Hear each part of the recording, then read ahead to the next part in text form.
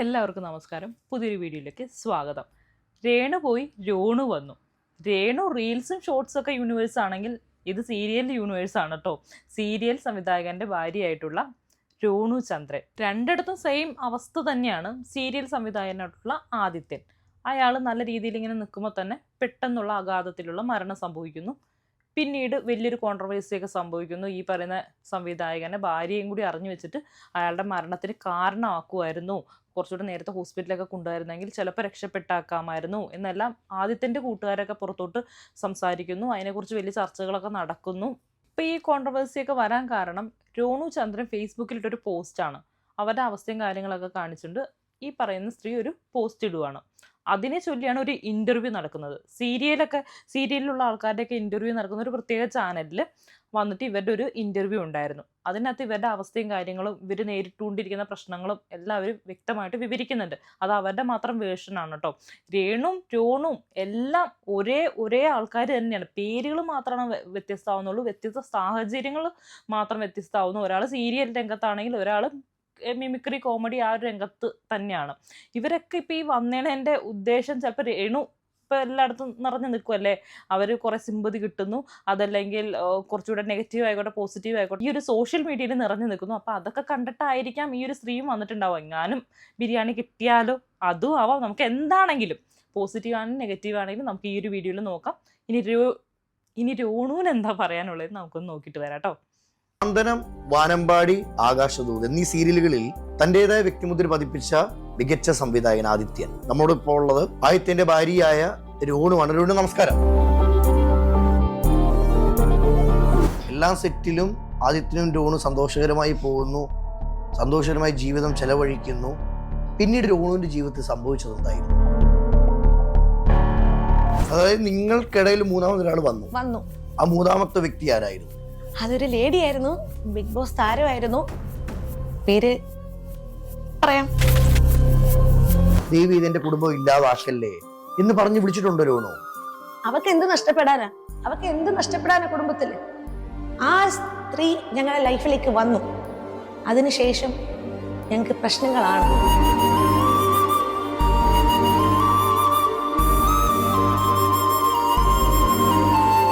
ഇവക്ക് ഭ്രാന്താന്ന് പറഞ്ഞ ആളുകളുണ്ടോ? എന്നെ ഭ്രാന്താശുപത്രി കൊണ്ടുപോയി.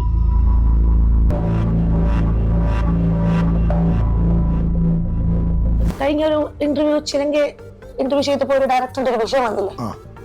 ഒരു ഡയറക്ടറെ തല്ലി ഒരു ആർട്ടിസ്റ്റ് തല്ലിയെങ്കിൽ അതിന് തക്ക റീസൺ കാണും. ചിലങ്കയോടെ ഇന്ന് രോണു തീർച്ചയായിട്ടും രോണു കൂലങ്കഷിതമായിട്ടാണ് ഈ ഒരു വീഡിയോയിൽ ഇരുന്ന് പറയുന്നത്. പക്ഷെ നമുക്ക് അത്രയൊന്നും ദീർഘിപ്പിച്ച് കാര്യങ്ങളിലോട്ട് പോകണ്ട. ഇതൊക്കെ നമ്മുടെ അയൽവക്കത്തൊക്കെ നടക്കുന്ന സംഭവങ്ങൾ തന്നെയാണ്. ഇതിപ്പോൾ സിനിമ സീരിയൽ രംഗത്തൊക്കെ ആയതുകൊണ്ടാണ് ഇതുപോലെ ന്യൂസ് ചാനലിലും അതല്ലെങ്കിൽ ഇതുപോലെ ഓൺലൈൻ മീഡിയസിലൊക്കെ വന്ന് ചർച്ച ചെയ്യുന്നത്. അത്രേ ഇതിന് പറയാനുള്ളൂ. എന്നിരുന്നാൽ പോലും അതിൻ്റെ ചെറിയ വിശദാംശം ഞാൻ പറയാം. ഈ രോണു എന്ന് പറയുന്ന സ്ത്രീ ഈ പറയുന്ന സംവിധായകന് വളരെ ചെറുപ്രായത്തിൽ തന്നെ, ഏകദേശം 17 വയസ്സിൽ തന്നെ വിവാഹം കഴിക്കുന്നു. 2 വീട്ടുകാരും എതിർപ്പുണ്ടായിരുന്നു. 2 മതവിഭാഗങ്ങളാണ്. അതുകൊണ്ട് തന്നെ 2 പേർക്കും താല്പര്യമില്ല. എന്നിരുന്നാൽ പോലും ഈ പറയുന്ന രോണുവിനെ, അതായത് ഹിന്ദു മതത്തിൽ നിന്ന് കല്യാണം കഴിക്കണമെന്ന് ആദ്യത്തിന് താല്പര്യം ഉണ്ടായിരുന്നു. അങ്ങനെ രോണുവിനെ കണ്ടെത്തുന്നു, രോണുവിനെ ഇഷ്ടപ്പെടുന്നു, വിവാഹം കഴിക്കുന്നു. അവർ രണ്ടുപേരും കൂടി ജീവിതം ആരംഭിക്കുന്നു. സാധാരണ ഒരു ലൈഫ് പോലെ തന്നെ ഇണക്കങ്ങളും പിണക്കങ്ങളും വഴക്കും പ്രശ്നങ്ങളും എല്ലാം ഉണ്ടാവുന്നു. അങ്ങനെയൊക്കെ ഇരിക്കെ സീരിയലും കാര്യങ്ങളൊക്കെ ഇങ്ങനെ മുന്നോട്ട് പോകൊണ്ടിരിക്കുമ്പോൾ രണ്ടുപേരും തമ്മിൽ നല്ല രീതിയിലാണെങ്കിലും ഇടയ്ക്കിടയ്ക്ക് നല്ല പിണക്കങ്ങൾ ഉണ്ടാവാറുണ്ടെന്ന് ഞാൻ പറഞ്ഞല്ലോ. ഏറ്റവും വലിയ വില്ലനായിട്ട് വന്നിരിക്കുന്നത് ഈ സംവിധായകൻ്റെ സൗഹൃദങ്ങളാണ്. അത് സ്ത്രീ സൗഹൃദങ്ങളുണ്ട്, അതുപോലെ തന്നെ പുരുഷന്മാരുമായിട്ടുള്ള അനാവശ്യമായിട്ടുള്ള സൗഹൃദങ്ങൾ. അതിനകത്ത് എടുത്തു പറയേണ്ടത് സീരിയൽ നടിയും അതുപോലെ തന്നെ ബിഗ് ബോസിലെ ഒരു കണ്ടസ്റ്റൻറ്റും കൂടി ആയിട്ടുള്ള സുചിത്ര നായർ. അവരെയാണ് ഇതിനകത്ത് ഏറ്റവും കൂടുതൽ ഇവർ പറഞ്ഞിട്ടുള്ളത്. അപ്പോൾ അവരാണ് ഇതിനകത്ത് താരം കേട്ടോ. അവരെ നോട്ട് ചെയ്ത് വെച്ചോളാം. അവരാണ് ഇതിനകത്തെ കക്ഷി ഒന്നാമത് എന്നാണ് ഈ ഒരു സ്ത്രീ പറഞ്ഞു വരുന്നത്. അപ്പോൾ ഈ സുചിത്ര നായർക്ക് പൈസ കൊടുക്കുന്നു, സാമ്പത്തിക പ്രശ്നങ്ങൾ, സാമ്പത്തികമായിട്ട് സഹായങ്ങൾ ചെയ്യുന്നു, പലർക്കും ചെയ്യുന്നു എന്നൊക്കെയാണ് ഈ രോണു പറയുന്നത്. അതായത് ജീവിച്ചിരിക്കുന്ന ആദിത്യൻ ഇതെല്ലാം ചെയ്തിരുന്നു. മാത്രമല്ല ഇവരുടെ ഇടയിലുള്ള പ്രശ്നങ്ങൾ, അതായത് ഭാര്യയുടെയും ഭർത്താവിൻ്റെ ഇടയിലുണ്ടായിരുന്ന കുറേ പ്രശ്നങ്ങൾ, വിഷയങ്ങൾ എല്ലാം പോയിട്ട് കൂട്ടുകാരുമായിട്ട് ഷെയർ ചെയ്യുക. അതായത് ഇവർക്കൊരു രഹസ്യ സ്വഭാവം സൂക്ഷിക്കാണ്ട് എല്ലാം പബ്ലിക്കിൽ പോയിട്ട് പറഞ്ഞുകൊണ്ട് നടക്കുന്നൊരു സ്വഭാവം ഭർത്താവിനുണ്ടായിരുന്നു എന്നൊക്കെയാണ് ഈ ഒരു ഭാര്യയായിട്ടുള്ള റോണു പറഞ്ഞ് വരുന്നത്. പക്ഷെ അത് ഇപ്പോഴവരെന്തിനാണ് വന്ന് സമൂഹത്തിൽ പറഞ്ഞതെന്ന് മനസ്സിലാവുന്നില്ല. ഈ ഒരു കാര്യങ്ങളൊക്കെ മരിച്ചുപോയി ഭർത്താവ് ഓൾറെഡി അപ്പോൾ ഇങ്ങനെയൊക്കെ സമൂഹത്തിൽ പറഞ്ഞു വരുമ്പോൾ ഭർത്താവ് ഒരു സ്ത്രീലമ്പടനാണെന്നും പല സൗഹൃദങ്ങളും സൂക്ഷിക്കുന്നവനാണെന്നും അതുപോലെ തന്നെ ഈ പണമൊക്കെ ദൂർത്തടിക്കുന്നവനാണെന്നും സമൂഹത്തിൽ അങ്ങനെ ഒരു തോന്നലും ചർച്ചയിലേ വരിക.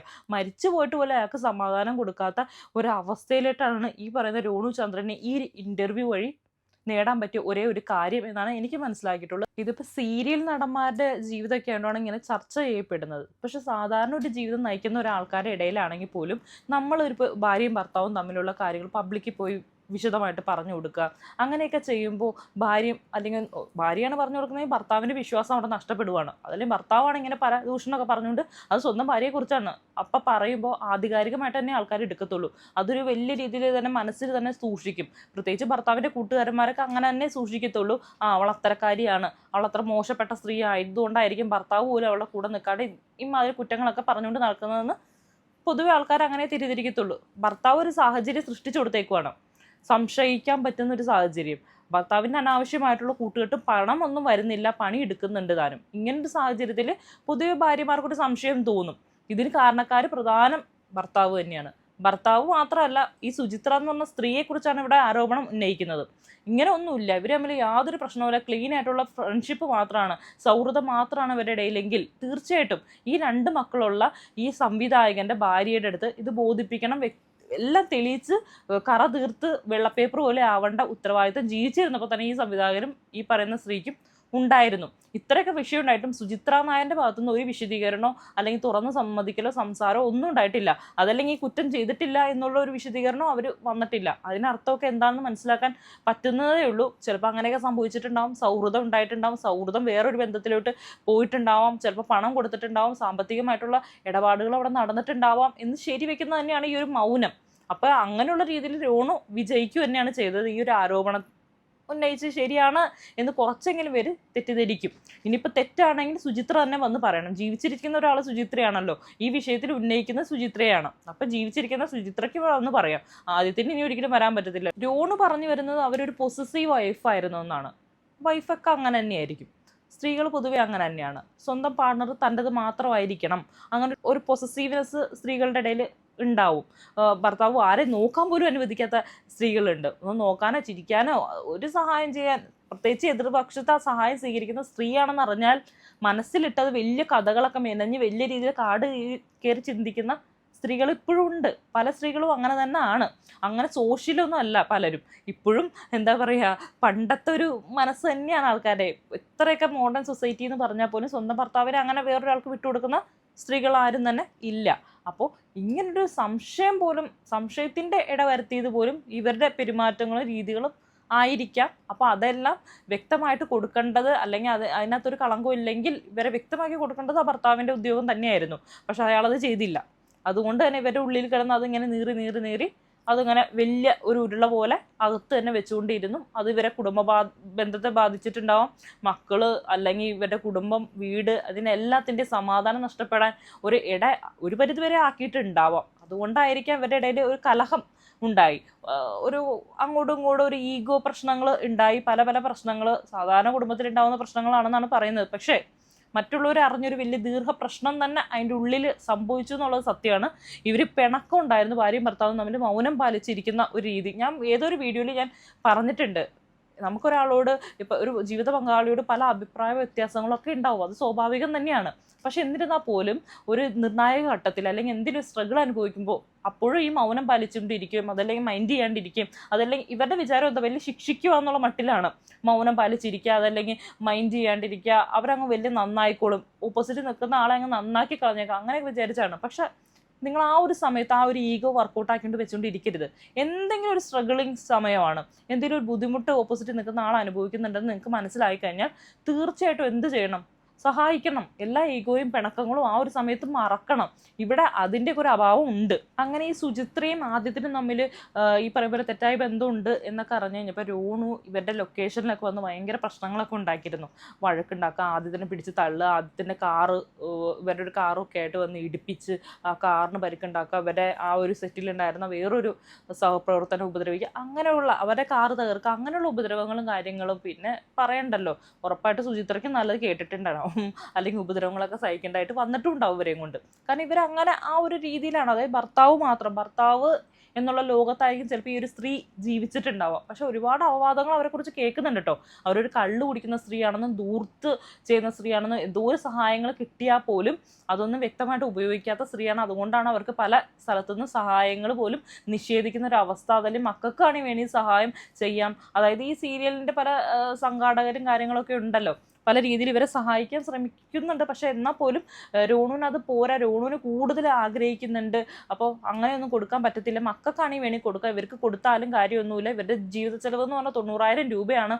അതുപോലെ ഈ പണമെല്ലാം ദൂർത്തമായിട്ട് ഉപയോഗിക്കുവാണ് എന്നൊക്കെയാണ് ഈ പറയുന്ന ആദിത്യൻ്റെ സഹോദരൻ വരെ രംഗത്ത് വന്ന് പറഞ്ഞിട്ടുള്ളത്. അവരുടെ ഒരു വോയിസ് ഞാൻ അവിടെ വെച്ചേക്കാം, അതും കൂടി കേട്ടിട്ട് നമുക്ക് വരാം. പൈസ മുഴുവൻ കൊണ്ടുപോയത് അവളാണ്. ഞാൻ അവളുടെ പേഴ്സണൽ എക്സ്പെൻസ് ഞാനും അണ്ണനും കൂടെ ഇപ്പൊ പണി തീരാതെ കിടക്കുന്ന ആ വീട്ടിലിരുന്ന് ഞാനും അണ്ണനും കൂടെ ഒരു കണക്കെടുത്തു. മാസം 90,000 രൂപയാണ് രോണുവിന്റെ മാത്രം പേഴ്സണൽ ചെലവ്. അവക്ക് ദിവസം ഒരു ഫുള്ള് വേണം. 1,200 രൂപയുടെ സ്കോച്ചേ കഴിക്കുള്ളൂ. അണ്ണന്റെ സ്വർണവും പണവും കാറിന്റെ കീയൊക്കെ അവന്റെ കയ്യിലുണ്ട്. അത് വാങ്ങിക്കാതെ വിടരുത്. അപ്പൊ സജീവ് പെരിങ്ങമല ചോദിച്ചപ്പോ ഈ കിടക്കുന്ന നിനക്ക് വിഷയമല്ലേ എന്ന് ചോദിച്ചു. മരിച്ചു കിടക്കുന്ന വീട് കാണാൻ SI തിരിച്ചും മറിച്ചും ചോദിച്ചു, നിങ്ങള് ആ സമയത്ത് എവിടെയായിരുന്നു, എന്തുകൊണ്ട്?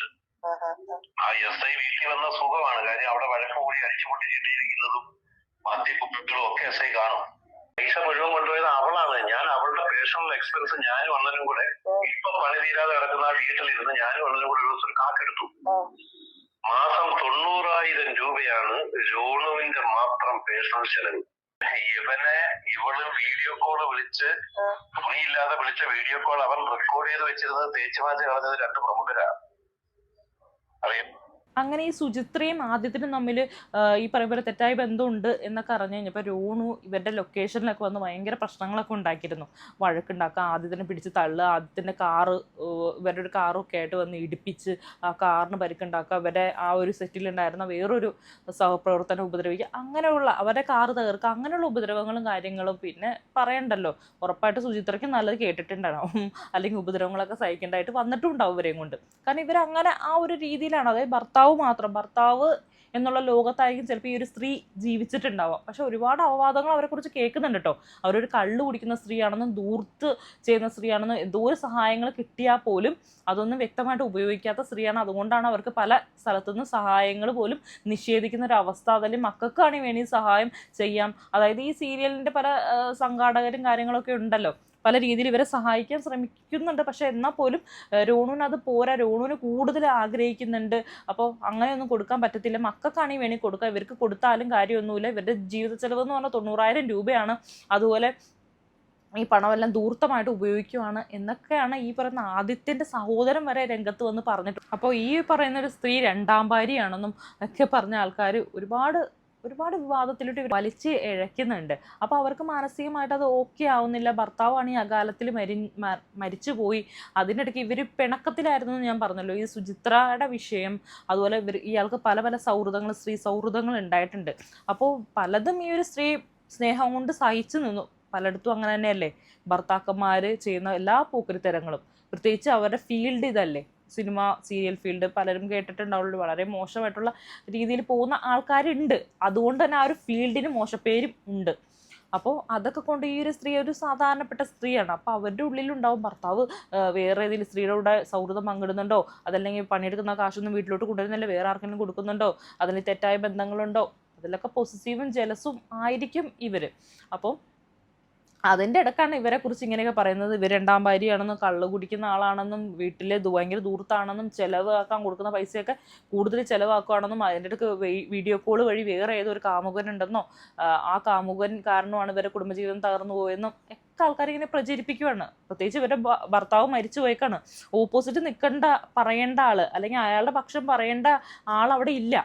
ഒരു പക്ഷം മാത്രമേ ഉള്ളൂ ഇവിടെ ജീവനോടെ. അപ്പോൾ അയാളെ മാത്രമേ നമുക്ക് കേൾക്കാനും ഉള്ളൂ. അപ്പം പൊതുവെ കൂട്ടുകാരും ആദ്യത്തെ കുറച്ച് എന്താ പറയുക അനിയൻ അതുപോലുള്ള ആൾക്കാരും ഒക്കെ വന്ന് ഇതുപോലെ ഒരു സ്ത്രീക്കെതിരെ പറയുമ്പോൾ ഇവരോട് ജീവിച്ചിരിക്കുക. ഇവർ 2 മക്കളെ വളർത്തുന്നുണ്ട്. ഒരു ആൺകുട്ടിയുണ്ട് ഒരു പെൺകുട്ടിയുണ്ട്, ഒരു മെച്ചോർഡായിട്ടുള്ള പിള്ളേരാണ്. അപ്പോൾ ഇവരെ ഇതെല്ലാം കേൾക്കുവാണ്, അവരുടെ അമ്മയെക്കുറിച്ച് പറയുന്നു, കുട്ടികൾക്ക് രംഗത്തോട്ട് വരാനും പറ്റത്തില്ല. അങ്ങനെയൊക്കെ ആകുമ്പോൾ അവരെ മാനസികമായിട്ട് ഒരുപാട് ബാധിച്ചിട്ടുണ്ടാവും. അവരൊരു ഭ്രാന്തിയാക്കാൻ നോക്കുന്നു. അങ്ങനെയൊക്കെ ചെയ്യുമ്പോൾ അവർക്ക് മൊത്തത്തിലൊരു ഇറിറ്റേഷനും ഫ്രസ്ട്രേഷനും ഒക്കെ ഉണ്ടാവും. അതുകൊണ്ടായിരിക്കും ആ പോസ്റ്റ് ഇടാൻ തന്നെ കാരണം. വേറൊരു കാര്യമുണ്ട്, ഇവർ പലരും പറയുന്നത് ഇവരാണ് ഇവരുടെ ഭർത്താവിനെ, അതായത് ഈ സംവിധായകനെ കൊല്ലാൻ തന്നെ കൂട്ടുനിന്ന് അല്ലെങ്കിൽ കൊന്നു, കുറച്ച് നേരത്തൊന്ന് ആശുപത്രിയിൽ കൊണ്ടുപോയിരുന്നേ രക്ഷപ്പെട്ടേനെ. ആ ഒരു സാഹചര്യത്തെക്കുറിച്ച് ഇവരോട് ചോദിക്കുമ്പോൾ ഇവർ അതിനും കറക്റ്റായിട്ടുള്ള എക്സ്പ്ലനേഷൻ പറയുന്നുണ്ട്. ഈ ആദിത്യൻ എന്ന് പറയുന്ന ആൾക്ക് ഇടയ്ക്കിടയ്ക്ക് നെഞ്ചിരിച്ചിലും ആസിഡിറ്റിയും കാര്യങ്ങളും പ്രശ്നങ്ങളൊക്കെ കൊണ്ട് നെഞ്ചുവേദനയൊക്കെ ഉള്ള ഒരു വ്യക്തിയാണ്. അപ്പോൾ നെഞ്ചുവേദനയൊക്കെ വരുമ്പോൾ ഇയാൾ എന്തെന്ന് വെച്ചാൽ അസിഡിറ്റി ആണെന്ന് വിചാരിച്ച് ജലൂസിനൊക്കെ എടുത്ത് കഴിച്ചുകൊണ്ട് അങ്ങനെ വീട്ടിൽ അങ്ങനെ ഇരിക്കുന്ന ഒരാളാണ്. ചൂടുവെള്ളമൊക്കെ കഴിച്ച്, നമ്മളാണെങ്കിലും അങ്ങനെയല്ലേ, ചെറിയ നെഞ്ചുവേദനയൊക്കെ വന്നാൽ നമ്മൾ ജലൂസിനെടുത്ത് കഴിക്കും. വയറിൻ്റെ എരിച്ചിലോ അല്ലെങ്കിൽ ഗ്യാസോ അസിഡിറ്റിയോ ആ ഒരു ഇഷ്യൂ ആണെന്ന് വിചാരിച്ചാണ് അങ്ങനെയൊക്കെ ചെയ്യുന്നത്. പക്ഷേ ഈ ഒരു പർട്ടിക്കുലർ ഡേയിൽ ഇവർ തമ്മിൽ നല്ല പൊരിഞ്ഞ വഴക്കായിരുന്നു. പൊരിഞ്ഞ വഴക്കെന്ന് വെച്ചാൽ ഈ ഒരു ഭർത്താവിൻ്റെ അനാവശ്യ കൂട്ടുകെട്ടും ആവശ്യമില്ലാത്ത പൈസ ചിലവും എല്ലാം പറഞ്ഞ് വഴക്കും കാര്യങ്ങളും.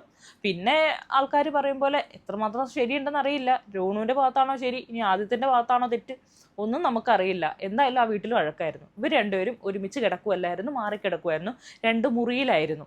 അപ്പോൾ രോണു പറയുന്നുണ്ട് ആദ്യമായിട്ടെന്ന്. പക്ഷെ ആദ്യമായിട്ടാവാൻ ചാൻസ് ഇല്ല. കാരണം കുറച്ച് നാളുകളായിട്ട് ഈ ഒരു വിഷയം ഇങ്ങനെ നടക്കുന്നുണ്ട് ഇവരെ തമ്മിൽ.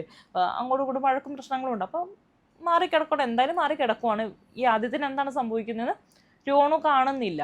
അപ്പോൾ ആദിത്യൻ അവിടെ കിടന്ന് പറയുന്നുണ്ട് ഇങ്ങനെ നെഞ്ചിൽ വേദന എടുക്കുവാണെന്നും ഒക്കെ പറഞ്ഞ് കരയുമ്പോൾ രോണു വന്ന് നോക്കുമ്പോൾ ആദിത്യൻ അവിടെ കിടന്ന് പെടഞ്ഞ് കരയുവാണ്. അന്നേരം രോണു ചോദിച്ചു എന്നാണ്, എന്ത് പറ്റി, ഹോസ്പിറ്റലിൽ പോകണോ എന്നെല്ലാം ചോദിച്ചു എന്ന്. പക്ഷെ ഒരു പരിധി വരെ ഇതിനകത്ത് എന്തായിരിക്കും, സാധാരണ ഭർത്താവും ഭാര്യയും തമ്മിൽ വഴക്കിട്ടിരുന്നാൽ സാധാരണപ്പെട്ട ഒരു കാര്യമാണ് കേട്ടോ ഞാൻ പറയുന്നത്. അവിടെ ഒരു ഭർത്താവിന് ഇപ്പോൾ ഈ ഒരു സമയത്ത് നെഞ്ച് വേദന എടുക്കുന്നു എന്ന് പറഞ്ഞാൽ നമ്മളിപ്പോൾ ഓടിച്ചെന്ന് ഇതാക്കുമായിരിക്കും.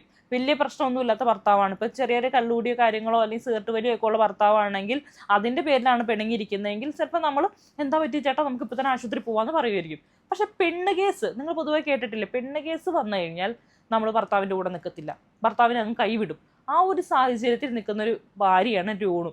ചിലപ്പോൾ അവർ വിചാരിച്ചിട്ടുണ്ടാവും ഇതിനി അടവാണോ, അതല്ലെങ്കിൽ എപ്പോഴും വരുന്ന പോലത്തെ ഒരു നെഞ്ചുവേദന, സാധാരണ നെഞ്ചുവേദന വരാറുള്ളതാണല്ലോ ഇയാൾക്ക്, അപ്പോൾ അത്രയും ഗൗരവമായിരിക്കും ചിലപ്പോൾ വിചാരിച്ചിട്ടുള്ളൂ. അവർക്കും അറിയില്ലല്ലോ, ആ സ്ത്രീക്ക് അറിയില്ല ഇയാളൊന്ന് മരിച്ചു പോകുന്നോ, ഈ സാഹചര്യം മരണത്തിലേക്കുള്ളൊരു വഴിയാണെന്നോ അവർ വിചാരിക്കുന്നില്ല. മേ ബി ഈ പറയുന്ന ആൾക്കാരെ പോലെ തന്നെ അവരങ്ങനെ വിചാരിച്ചിട്ടുണ്ടാവാം ചിലപ്പോൾ. പക്ഷെ എന്നാലും രോണു പറയുന്നുണ്ട് ആശുപത്രി പോകാൻ വേണ്ടി റെഡിയായി. അപ്പം 2 കുഞ്ഞു മക്കളാണ് അവിടെ ഉള്ളത്. അപ്പോൾ ഇതിൻ്റെ ഇടയിൽ ആദിത്യൻ സുഹൃത്തുക്കളെ വിളിച്ചു വരുത്തുന്നു, 4 പേരോളം അവിടെ വരുന്നു. ആദിത്യൻ അവനാണ് ഹോസ്പിറ്റലിൽ കൊണ്ടുപോകുന്നതെന്ന് രോണു പറയുന്നുണ്ട്. അപ്പം വേറൊരു ചിന്ത നമ്മുടെ ഉള്ളിൽ വരും. ഇതൊക്കെ കേൾക്കുന്ന സാധാരണക്കാരുടെ ഉള്ളിൽ വരുന്നൊരു ചിന്തയാണ്, ഭാര്യ അവിടെ ഇരിക്കുകയാണ്, ഭാര്യ വീട്ടിനകത്തുണ്ട്, 2 വണ്ടി പുറത്ത് കിടക്കുന്നുണ്ട്, എന്നിട്ട് എന്തുകൊണ്ടാണ് സുഹൃത്തുക്കളെ ആദിത്യം വിളിച്ചു വരുത്തിയത്? ഭാര്യനോട് ഒട്ടും സ്നേഹവും വിശ്വാസവും ഒന്നും ഇല്ലാത്തതുകൊണ്ട്, അല്ലെങ്കിൽ അവർ തമ്മിലുള്ള കമ്മ്യൂണിക്കേഷൻ്റെ പ്രശ്നം അവിടെ ഉള്ളത് കൊണ്ട് നിലനിൽക്കുന്നതുകൊണ്ടാണല്ലോ പുറത്തുനിന്ന് ആളെ വിളിച്ചു വരുത്തുന്നതെന്നുള്ളൊരു ചിന്ത സാധാരണ പ്രേക്ഷകരുടെ ഉള്ളിൽ ഉണ്ടാവത്തില്ലേ? സാധാരണ ഏതൊരാളുടെ ഉള്ളിലുണ്ടാവത്തില്ലേ? ഇവർ സീരിയൽ ആക്ടർ അല്ലെങ്കിൽ ഡയറക്ടർ അതൊക്കെ വിട്. പക്ഷെ സാധാരണ ഒരു മനുഷ്യരുടെ ജീവിതത്തിൽ എല്ലാവരും സാധാരണ മനുഷ്യരല്ലേടെ എന്ത് വന്നാലും. അപ്പോൾ എന്തുകൊണ്ട് ഈ ഒരു സ്ത്രീ പെട്ടെന്ന് ആശുപത്രി കൊണ്ടുപോയില്ല എന്നൊരു ചിന്ത ഉണ്ടാവില്ലേ? എന്ത് വന്നാലും വേറൊരു സ്ഥലത്തു നിന്ന് ഒരാളെ വിളിച്ച് വരുത്തുവാന്ന് ഓർക്കണം ആദിത്യൻ. അപ്പോൾ അത്രയും സമയം കളയേണ്ട ആവശ്യമുണ്ടോ? സ്വന്തം വീട്ടിൽ വണ്ടിയുണ്ട്, ഭാര്യയ്ക്ക് ഡ്രൈവിംഗ് അറിയാം, എന്തുകൊണ്ട് ഇവർ ഹോസ്പിറ്റലിൽ കൊണ്ടുപോയില്ല എന്നൊരു ചോദ്യം തന്നെയാണ്. അവരതിന് പറയുന്നുണ്ട് മക്കളുള്ളതുകൊണ്ടാണ്, മക്കളുള്ളതുകൊണ്ട് മക്കളെയും വെച്ചുകൊണ്ട് എനിക്ക് കൊണ്ടുപോകാൻ പറ്റിയില്ല. അപ്പോഴത്തേക്കും പറയുന്ന കൂട്ടുകാർ വന്നു. ആ ഒരു സമയത്ത് ഭർത്താവ് മുന്നിൽ തല്ലിയലച്ച് വീണ് കിടക്കുന്നൊരു സിറ്റുവേഷനാണ്. അത് പറഞ്ഞ് എക്സ്പ്ലെയിൻ ചെയ്യാൻ പോലും പറ്റത്തില്ല. അതുപോലത്തെ ഒരു സിറ്റുവേഷൻ, പർട്ടിക്കുലർ ഒരു സിറ്റുവേഷനിലാണ് അങ്ങനെ ഒരു വീണ് പെടഞ്ഞ് കാണുന്നു. കൂട്ടുകാർ വരുന്നു, അവർ കാണുന്നു, അവർ തെറ്റിദ്ധരിക്കപ്പെട്ടിട്ടുണ്ടാവും. അതുകൊണ്ടായിരിക്കും അവരിങ്ങനെ നാട് നിങ്ങളെ പറഞ്ഞു നടക്കുന്നത് ഭാര്യയുടെ അശ്രദ്ധ മൂലമാണ്, കറക്റ്റ് ടൈമിൽ ഹോസ്പിറ്റലിൽ കൊണ്ടുപോകാത്തത് കൊണ്ടാണ് ഈ ഭർത്താവിന് മരണം സംഭവിച്ചത്, അതുകൊണ്ടായിരിക്കാം പറയുന്നത്. അപ്പോൾ ഈ പറയുന്ന കൂട്ടത്തിൽ രോണുവിനെയും കുറ്റം പറയാൻ പറ്റത്തില്ല, ആ കൂട്ടുകാരെ നമുക്കൊന്നും പറയാൻ പറ്റത്തില്ല. വേറൊരു കാര്യം കൊണ്ടുണ്ട്, രേണുവിൻ്റെ കുറേ വീഡിയോസ് ചെയ്യുന്നതുകൊണ്ട് രേണു എന്ന് അറിയാണ്ട് വരുന്നുണ്ട് രോണു ചന്ദ്രൻ. അപ്പോൾ രോണു ചന്ദ്രൻ്റെ ആവശ്യം, ഇപ്പം നിലവിലുള്ള ആവശ്യം എന്ന് പറഞ്ഞാൽ ഈ സീരിയൽ സംഘടനയൊക്കെ കുറച്ച് പൈസ പിരിച്ചു കൊടുത്തിട്ടുണ്ടായിരുന്നു ഇവർക്ക്. പിന്നെ എന്താ പറയുക, സ്റ്റുഡിയോ നടത്തി അങ്ങനെ കുറച്ച് പൈസയും കാര്യങ്ങളൊക്കെ ഈ പറയുന്ന ആദിത്യന് കിട്ടാനുണ്ടായിരുന്നു, അതെല്ലാം കിട്ടിയെങ്കിലും ഇവർക്ക് ഒരുപാട് കടങ്ങളും ബാധ്യതകളും ഉണ്ട്. വീട് പണി അങ്ങനെ നിൽക്കുന്നു, കുട്ടികളുടെ പഠിത്തം, പിന്നെ അവരുടെ നിത്യച്ചെലവ് കാര്യങ്ങൾ. ഇവർക്ക് എന്തോ ജോലിയൊക്കെ ഉണ്ട്, അതെന്തോ റിബൺ കെട്ടാൻ പോവോ, കാറ്ററിങ്ങിൻ്റെ പരിപാടിയോ അങ്ങനെ എന്തൊക്കെ ചെറിയ പരിപാടികളൊക്കെ ചെയ്യുന്നുണ്ട്. പക്ഷെ എന്നിരുന്നാൽ പോലും ഒറ്റയ്ക്ക് ഇവരെയും കൊണ്ട് താങ്ങാൻ പറ്റുന്നില്ല എന്നാണ് പറയുന്നത്. വീടിൻ്റെ ഈ ലോണുകൾ തീർക്കാൻ പറ്റുന്നില്ല, കാറിൻ്റെ EMI തീർക്കാൻ പറ്റുന്നില്ല, കുട്ടികളുടെ വിദ്യാഭ്യാസം നോക്കാൻ പറ്റുന്നില്ല, അങ്ങനെയൊക്കെയാണ് പറയുന്നത്. അപ്പോൾ കുറേ പേരോട് സഹായമൊക്കെ അഭ്യർത്ഥിച്ചു, കുറേ പേരൊക്കെ കൊടുത്തു. കുറച്ച് പേര് ഇതുപോലെ സീരിയസ് സംഘടനയിൽ നിന്ന് കിട്ടാൻ ഇരുന്ന പണം പോലും തടസ്സപ്പെടുത്തുന്ന രീതിയിലുള്ള അപവാദ പ്രചരണവും കാര്യങ്ങളൊക്കെ ആയതുകൊണ്ട് അതുപോലും തടസ്സം നിന്നു. അത് കുറേ വൈകിയാണ് കിട്ടിയിരുന്നത്.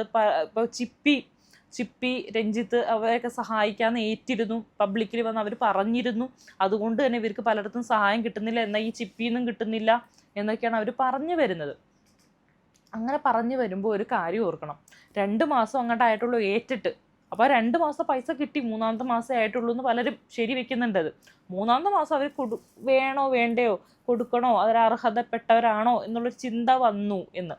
അതുകൊണ്ടായിരിക്കും അവർ സഹായമല്ലേടെ, നിത്യം കിട്ടണം എന്ന് നമുക്ക് വാശി പിടിക്കാൻ പറ്റത്തില്ല. ഈ കൊടുക്കുന്ന ആൾക്കാർക്കൊരു മനസ്സ് വേണം, പിന്നെ ഈ മേടിക്കുന്ന ആൾക്കാർ അർഹരാണോ എന്ന് അവർക്ക് തോന്നണം, എന്നാൽ മാത്രമാണ് ഒരാൾ കൊടുക്കത്തുള്ളൂ. ഇവരെക്കുറിച്ച് ഇത്രയും അപവാദങ്ങളും കാര്യങ്ങളൊക്കെ കേൾക്കുമ്പോൾ കൊടുക്കുന്നവർക്കൊരു നീരസം ഓൾറെഡി ഉണ്ടാവുമല്ലോ. അങ്ങനെ ഒരു നീരസം ഉണ്ടാവാൻ വഴിയില്ലേ. പ്രത്യേകിച്ച് കള്ളു കുടിച്ചാണ്, അതല്ലെങ്കിൽ അവിഹിത ബന്ധമുണ്ട്, അതിൽ ഭർത്താവിനെ കൊല്ലാൻ കൂട്ടുനിന്നവളാണ്, അങ്ങനെ ഒരു കൊല്ലാൻ കൂട്ടുനിന്നല്ല കേട്ടോ, മരണത്തിന് കാരണമാവാൻ ഇവരുടെ ഈ ലേറ്റായ ഹോസ്പിറ്റലിൽ കൊണ്ടുപോകാൻ ഡിലേ ആയതുകൊണ്ടാണ്. അങ്ങനെയൊക്കെയുള്ള രീതിയിൽ ഒരു ഭാര്യയെക്കുറിച്ച് അല്ലെങ്കിൽ കേൾക്കുമ്പോൾ, അതും ആദിത്യൻ്റെ കൂട്ടുകാർ, ബന്ധത്തിൽപ്പെട്ട അനിയൻ, സ്വന്തക്കാർ അങ്ങനെയൊക്കെ പറയുമ്പോൾ ആ ഒരു രീതിയിൽ വരുമ്പോൾ സഹായിക്കാൻ ചെല്ലുന്നവർക്ക് ഒരു അറപ്പ് പോലെ ഉണ്ടാവും. എന്തിനാണ് വെറുതെ ഇവരൊക്കെ എന്തിനു സഹായിക്കണം എന്നൊരു തോന്നലുണ്ടാവും. അതുകൊണ്ടായിരിക്കും അവർ ആ സഹായം പിൻവലിക്കാൻ കാരണം അതായിരിക്കാം. രേണു ആയിക്കോട്ടെ, രോണു ആയിക്കോട്ടെ, ഭർത്താവ് മരിച്ചു പോയൊരു സ്ത്രീ, നിങ്ങൾ കേട്ടുകൊണ്ടിരിക്കുന്ന ആൾക്കാർ, സീരിയലോ സിനിമയോ എല്ലാം പോട്ടെ, സാധാരണ ഒരു സ്ത്രീ എന്താണ് ചെയ്യുക? ഇങ്ങനെ കിട്ടുന്ന പൈസ കൊണ്ട് നമ്മൾ നമ്മുടെ കടങ്ങൾ തീർക്കും. പിന്നെ നാളത്തേക്കുള്ള എന്തെങ്കിലും ഒരു സംരംഭം തുടങ്ങുമോ, അതല്ലെങ്കിൽ എവിടെയെങ്കിലും ജോലിക്ക് സാധാരണപ്പെട്ട എന്തെങ്കിലും കൂലിപ്പണിക്കായാലും നമ്മുടെ ക്വാളിഫിക്കേഷൻ അനുസരിച്ച് പോകും. എന്നിട്ട് നമ്മുടെ ആ കിട്ടുന്ന വരുമാനത്തിൽ ജീവിക്കാൻ നോക്കും. അതല്ലേ വേണ്ടത്? രേണുവിന് അവിടെ വീട് ഉണ്ടായിരുന്നില്ല, വീട് നാട്ടുകാരൊക്കെ വെച്ചു കൊടുത്തു. അവരിപ്പോൾ എന്തൊക്കെയോ ചെയ്ത് ജീവിക്കുന്നുണ്ട്. ഇവർ പറഞ്ഞു വരുന്ന, ഇവർക്ക് ഇവിടെ ഒരു വീടുണ്ട് കേട്ടോ, ലോണാണെന്ന് മാത്രമേ ഉള്ളൂ, ലോണും പരിപാടിയൊക്കെയാണ്, വണ്ടി ഉണ്ടെന്നൊക്കെ പറയുന്നുണ്ട്. നിങ്ങൾ ആഡംബരമായിട്ട് എന്തെങ്കിലും സാധനങ്ങളൊക്കെ ഉണ്ടെങ്കിൽ അത് വിറ്റിട്ട് നിങ്ങൾ ആ കടങ്ങൾ തീർക്കുക. എന്നിട്ടൊരു വാടക വീട്ടിലാണെങ്കിലും സ്വസ്ഥമായിട്ട് ഒരു കൊച്ചു ജോലിയൊക്കെ എടുത്ത് കുട്ടികളെയും വളർത്തി കുട്ടികളെയും പഠിപ്പിച്ച് ജീവിക്കുക. ഭർത്താവ് ഉള്ള സമയത്ത് നമ്മൾ ആഡംബരമായിട്ട് ജീവിച്ചിരുന്നു, ഇത്രയൊക്കെ ഫെസിലിറ്റീസ് ഉണ്ടായിരുന്നു എന്ന് വിചാരിച്ച് അയാളില്ലാത്തൊരു സമയത്ത് അതേ സാഹചര്യത്തിൽ തന്നെ ജീവിക്കണമെന്ന് വാശി പിടിക്കാണ്ടിരിക്കുക. അതാണ് എനിക്കിതിനകത്ത് പറയാനുള്ളത്. എല്ലാവരും അങ്ങനെ തന്നെയായിരിക്കും ചെയ്യുക. ഇപ്പോൾ സീരിയൽ ആക്ടർമാർക്കോ അല്ലെങ്കിൽ സംവിധായകർക്കോ ഒരു പ്രത്യേകതയില്ല, അല്ലെങ്കിൽ കോമഡി ആർട്ടിസ്റ്റിന് ഒരു പ്രത്യേകതയൊന്നുമില്ല. എല്ലാവരും അത്യന്തികമായിട്ട് സാധാരണ മനുഷ്യരാണ്. എന്നും എക്കാലത്തും മറ്റുള്ളവരുടെ സഹായം മേടിക്കാണ്ടിരിക്കുക ഏറ്റവും നല്ലതാണ്. ഒരാളുടെ സഹായം മേടിച്ചു കഴിഞ്ഞാൽ ആവശ്യമുള്ളിടത്തിലെല്ലാം മറ്റുള്ളവർ നമ്മളിൽ നിന്ന് എന്തൊക്കെയോ ആഗ്രഹിക്കും, മറ്റുള്ളവർ എന്തൊക്കെയോ നമ്മളെന്നോ അവരെ വാഴ്ത്തി പാടണമെന്നോ അങ്ങനെയൊക്കെ വെറുതെ ആഗ്രഹിക്കൂടെ. അപ്പം ഇതൊന്നും മേടിക്കാണ്ടിരിക്കുക, ഒറ്റ നോ പറയാം, സ്വന്തം കാലിൽ നിൽക്കുക, പറ്റുന്ന പോലെ ജീവിക്കുക, പറ്റുന്ന പോലെ മതിയെന്നേ.